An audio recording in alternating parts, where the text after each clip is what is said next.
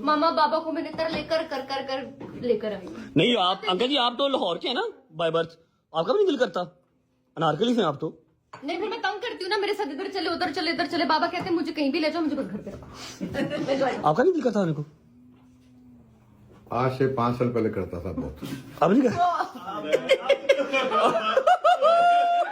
अच्छा अगर डोगर होता ना तो जेन्युइन बात है, जेन्युइन बात है। आपको उसने एंटरटेन करना था, उसने आपको ले जाना था प्लाजे पे अपने, लेकिन वो जरा गया उसकी तरीका आज, तो वो अब आएगा लेट ही आएगा। दिल भी बहुत लग रहा था हाँ कबूतर बाग। डोगर के पास। माँ जी हाउ आर यू?